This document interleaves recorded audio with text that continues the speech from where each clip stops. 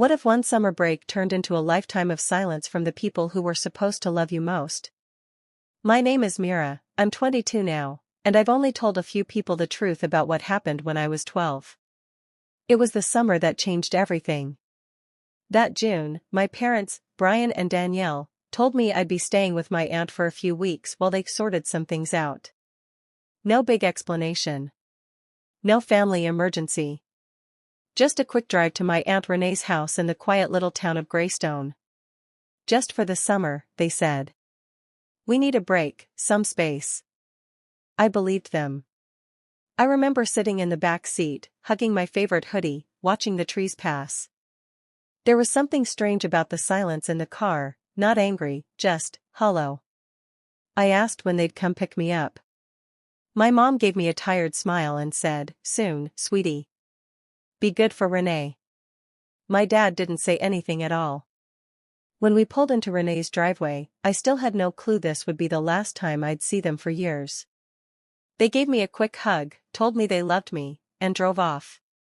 That night, I sat on the guest bed waiting to hear the doorbell, to see their headlights come back down the street. They never did. At first, Aunt Renee tried to keep things normal. She made pancakes, bought me new pajamas, and said they just needed time. That they'd call soon. But days turned into weeks, weeks into months. The calls stopped. No texts. No visits. I started lying to my friends. They're just working a lot. They're going through something. It's temporary. Renee never explained much.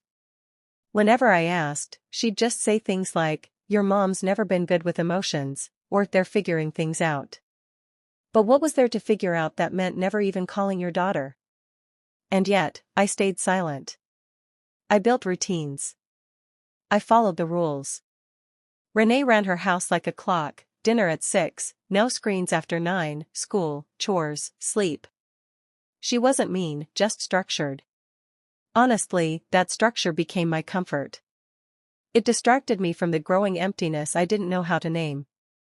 But deep down, I knew something was very, very wrong. I didn't know it yet, but this wasn't just abandonment.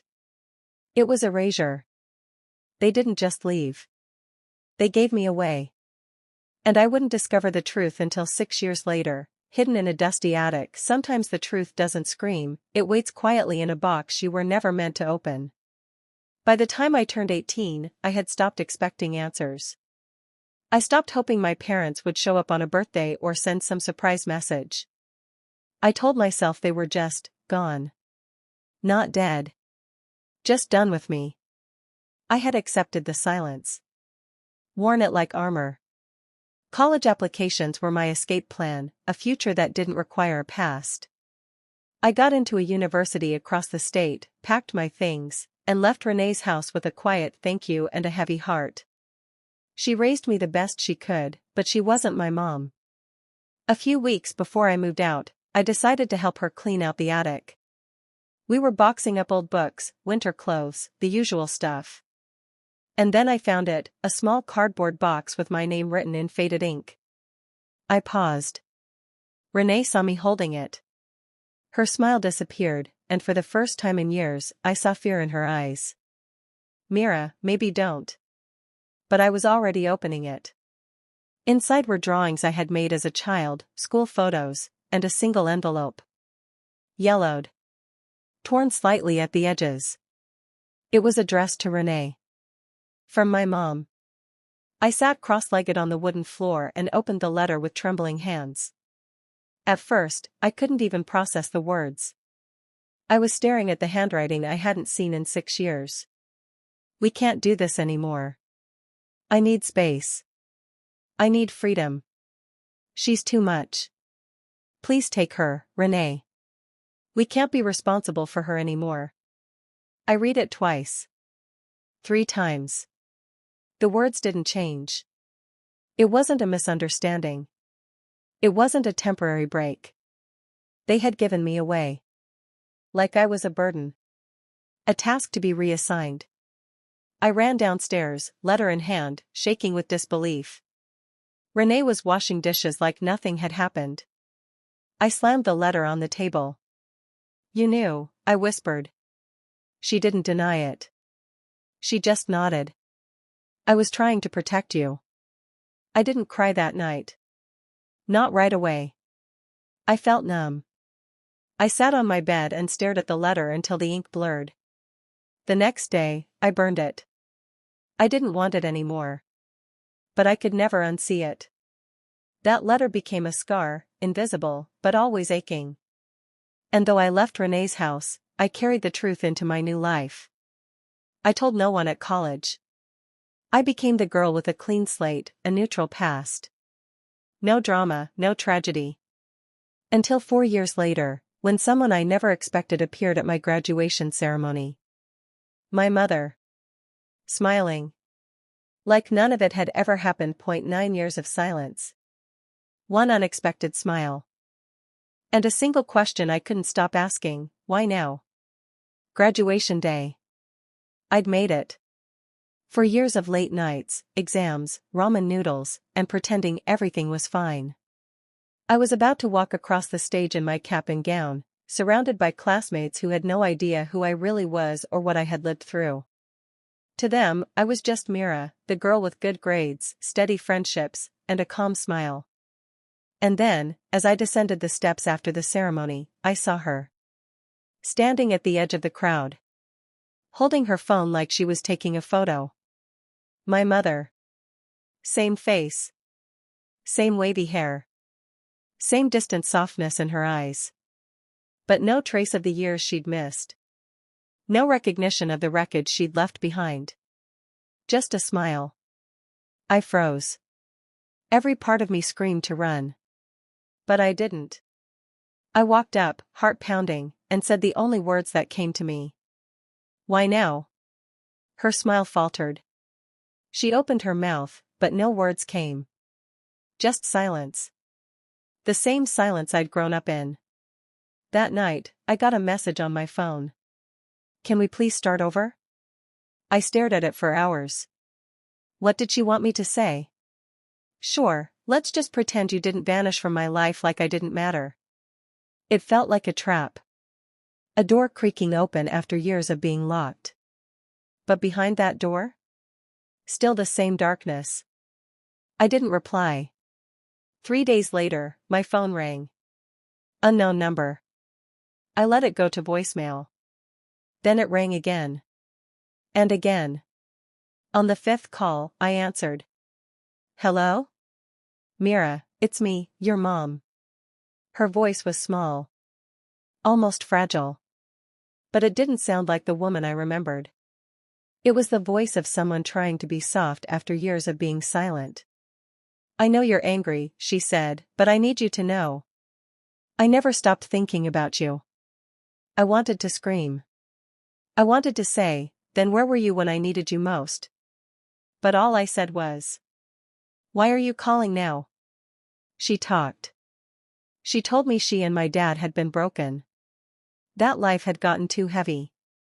That they didn't know how to raise me without falling apart.